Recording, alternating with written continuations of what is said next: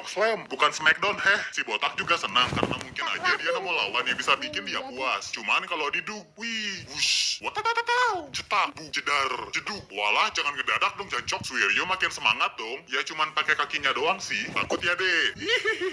Si botak jadi mundur ngeliat muka nggak jelas gitu. Suiryo juga penasaran sih si botak kerjaannya apa. Dibilangnya kalau dia tuh ngelawan monster kayak pahlawan. Tapi Suiryo yang udah ngeliat pahlawan sebelumnya pada cupu jadi kecewa dong dan ngejelek-jelekin mereka. Pastinya si botak terpelatup. Nggak peduli lagi sama wignya dan langsung nunjukin kekuatan pahlawan yang sebenarnya. Ketahuanlah kalau Ceran Kutuh palsu dan langsung didiskualifikasi karena ngelanggar aturan. Ternyata kamu botak, umur segitu emang lagi botak-botaknya. Suiryo nggak terima dong pertarungannya gini doang dan langsung nyerang balik. Ngebelah arena jadi dua, wanjeng, nginjek arenanya sampai berdiri, yang bikin Om Botak jadi samsak. Dia yang kesetanan terus nyerang Saitama, pakai kuda-kuda benteng, terus mukul si botak sampai power balance-nya hancur. Segitu doang deh. Nani, tadi tuh gini ya, twing twing twing. Kesel dong dia digituin, tapi Suiryo kesenggol yang bikin dia kelempar sampai kena mental. Tetap aja sih Saitama yang udah didiskualifikasi cuma bisa kabur. Di tempat lain, ada Atomic Samurai sama perkumpulan pedang lagi kelas meeting. Pada ngebahas masalah Garo lah, dia yakin Bang bakal kalah kalau ngelawan Garo, soalnya pasti ngalah ngelawan mantan muridnya.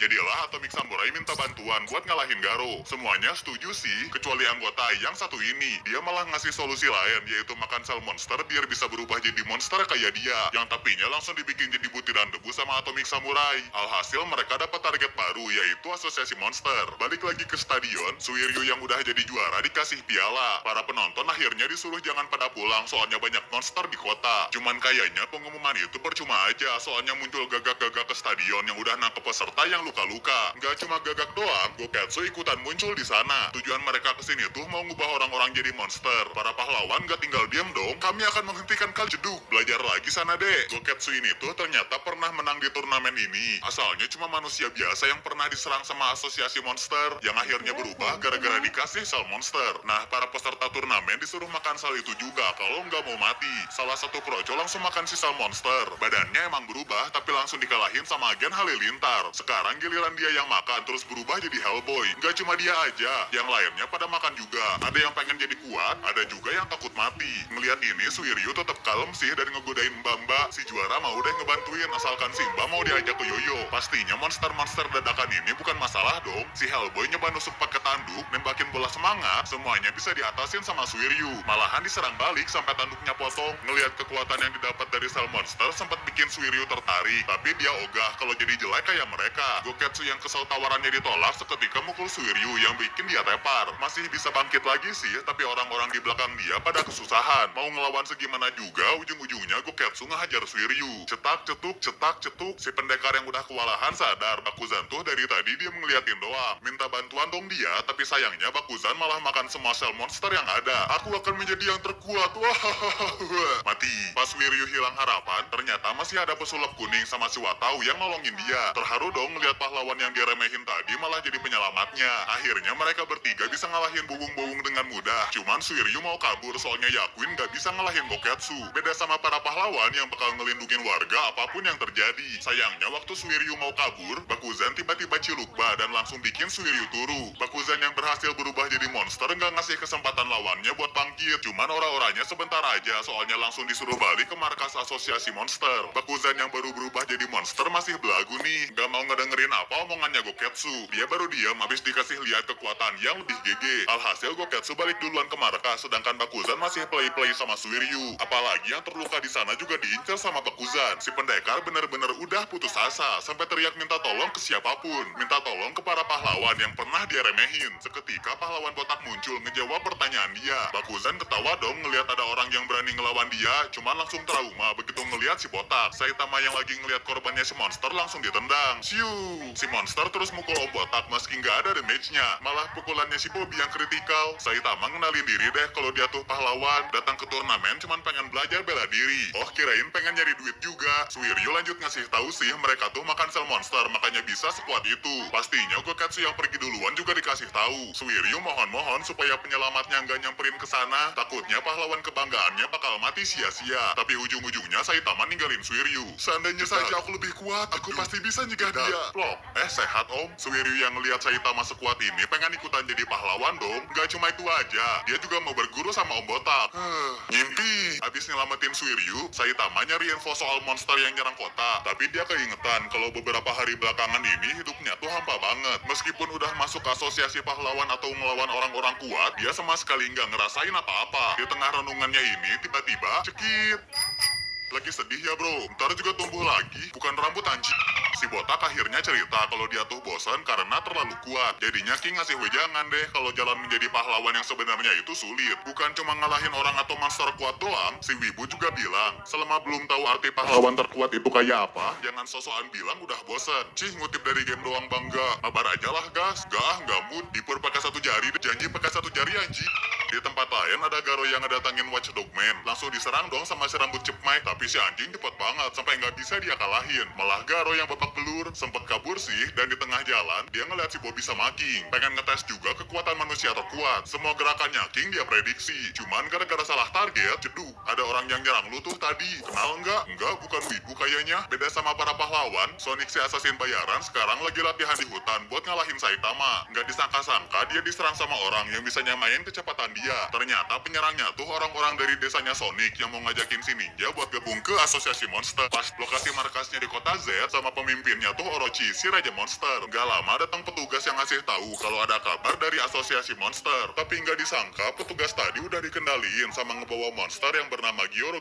Asosiasi pahlawan dikasih tahu kalau anaknya si pejabat mereka udah salah satu petinggi setuju sama tawaran itu. Tapi namanya juga monster yang penuh tipu muslihat. Petinggi tadi malah ditembak. Baru dikasih tahu lah tujuan asosiasi monster yang sebenarnya, di mana mereka nyuruh asosiasi pahlawan buat ngirim pahlawan terbaik ke markas asosiasi monster dalam waktu 3 hari. Dan abis basa-basinya selesai, Gyoro ngeledakin diri terus nyuruh petugas buat ngebantai. Untungnya ada Black Luster si pahlawan kelas S berjaga di sana. Sebenarnya monster yang ngendaliinnya tuh cuman segede uprit doang. Sempat mau ngambil alih badan Black Luster, tapi kulitnya keras banget. Malahan si monster bisa diberesin dengan gampang. Buat nenangin orang-orang di dalam ruangan, apa sih nggak jelas anjing. Nggak butuh waktu lama buat kabar terbentuknya asosiasi monster kesebar. Kabar itu bikin orang-orang pada khawatir. Padahal sebenarnya kabar ini juga jadi info buat para monster supaya bergabung sama asosiasi mereka di kota Z. Sialnya malah pada ketemu sama Om Botak yang kosannya ada di kota yang sama. Sebenarnya sih asosiasi monster lagi rapat sama para anggotanya, ngejelasin lagi tujuan mereka buat nguasain dunia di bawah pimpinan Orochi. Sujudlah kalian di hadapan Raja Monster yang agung. Pada bosan hidup kalian. Mereka sih pada ngira bakal ngancurin asosiasi pahlawan, bukannya jadi bawahannya si Raja. Alhasil Orochi nusuk si kecoa yang berhasil selamat habis ngelawan Genos. Kecoanya dimakan mentah-mentah buat ngebuktiin Orochi tuh lebih kuat daripada mereka. Semuanya langsung terdiam 1000 bahasa. Orochi keingetan nih sama Goketsu yang belum balik ke markas, yang emang sebenarnya sisa badannya doang. Gak ada yang tahu penyebabnya tuh Om Botak yang lagi sibuk Baiwan sama King. Terakat-terakat Masa udah gua pun masih kalah? Main tuh gini deh. Ya. Sekali lagi ayo anjing. Waktu lagi asik-asiknya main, mereka dapat kabar kalau muncul ancaman baru di kota. Si Bobby senang dong dapat samsak buat ngelampiasin keselnya. Tapi pas dibilang udah ada yang kesana, si Botak langsung lesu. Keingetan juga sih beberapa hari ini Genos nggak ada di rumah. Jadilah dia pergi keluar. Takutnya si murid kenapa-kenapa. BTW Garo yang sebelumnya ditendang si Bobby akhirnya siuman juga. Dia yang udah kecapean milih buat ngejauhin para pahlawan dulu buat mulihin tubuhnya. Ujung-ujungnya sih Garo istirahat di gubuk yang ternyata markas rahasianya Tareo sama teman-temannya. Dia yang udah biasa dibully dipaksa buat ngusir Garo. Asalnya si rambut Chipmai kelihatan serem banget. Cuman begitu tahu Tareo dipaksa sama temennya, teman kok maksa-maksa. Garo ngasih nasehat supaya si bocil jadi kuat biar enggak dibully lagi. Sayangnya waktu si bocil mau sampai batas, yang ujung-ujungnya Garo cuma jadi bulan-bulanan para pahlawan.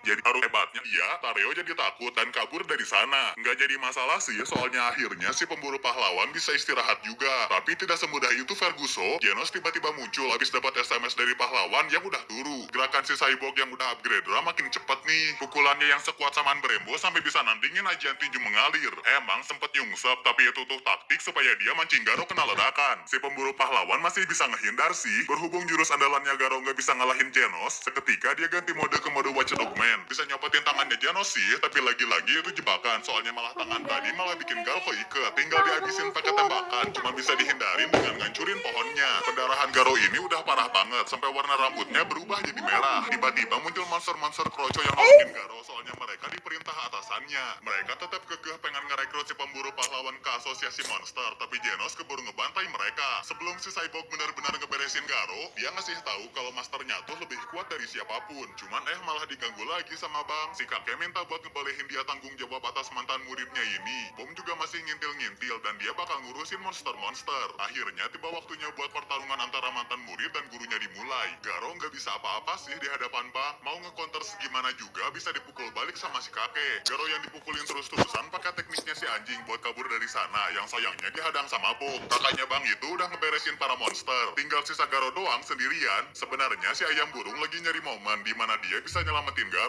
Tapi kayaknya bakal susah kalau ngeliat si rambut cepnek yang dikeroyok sama Bombang. Garo yang lagi dipukulin jadi keingetan sama masa kecilnya dulu yang sering dibully soalnya bocil-bocil cuman mihak sama bocil populer doang. Kayak para pahlawan yang selalu didukung. Padahal kadang tujuannya monster-monster tuh ada benernya juga. Nggak ada kata baik atau jahat lagi di kamusnya Garo. Seketika Garo ngamuk bikin tanah hancur yang ngebuat si ayam burung bikin angin ribut dan bisa nyelamatin Garo. Genos buru-buru pakai jurus ultinya. Cuman si ayam burung teriak buat manggil Lipan tetua yang nahan serangannya Genos. Gengnya Bang tadi udah nggak bisa ngejar Garo soalnya fokus nyelamatin para pahlawan yang AFK. Si pemburu pahlawan sendiri sebenarnya kesel. Dia nggak pernah minta bantuan buat diselamatin. Tapi ujung-ujungnya dia diem soalnya sadar dirinya masih belum kuat. Dikasih tahu juga sih Lipan tetua tuh kerja sama-sama asosiasi monster buat nyari Blast. Pahlawan kelas S ranking 1 yang hampir ngalahin si Lipan. Palingan cuman sisa Tatsumaki Metal Knight atau King aja yang sanggup ngelawannya. Wah salut loh saya. Makanya biarpun Genos Bombang ngelawan Lipan tetua barengan, pakai teknik kombinasi air dan angin yang bikin tubuhnya si Lipan meledak, Lipan tetua masih hidup soalnya ganti kulit doang. Nying, Genos pengen ngelawan si Lipan sendirian dan ngasih waktu Bombang buat pergi dari sini. Sempet dicegah sih soalnya si Saibo kan masih muda. Sayang aja gitu kalau ngorbanin anak muda. Tapinya Genos langsung loncat nyerang si Lipan dengan nyabik-nyabik matanya. Sialnya si Lipan ngegigit kakinya Genos, nangkep si Saibo padahal dibelah jadi dua, yang padahal diprank soalnya bisa nyambung lagi dan dilanjut pakai jurus liciknya Gurugai. Serangannya ini dahsyat banget sampai Genos masuk ke dalam Lipan tetua. Tadinya si Lipan mau nelek si Saibok, tapi justru ini jadi kesempatan buat ngebakar dia dari dalam. Kelihatannya sih si Lipan udah kalah, tapi nggak disangka dia malah muntahin Genos. Wih.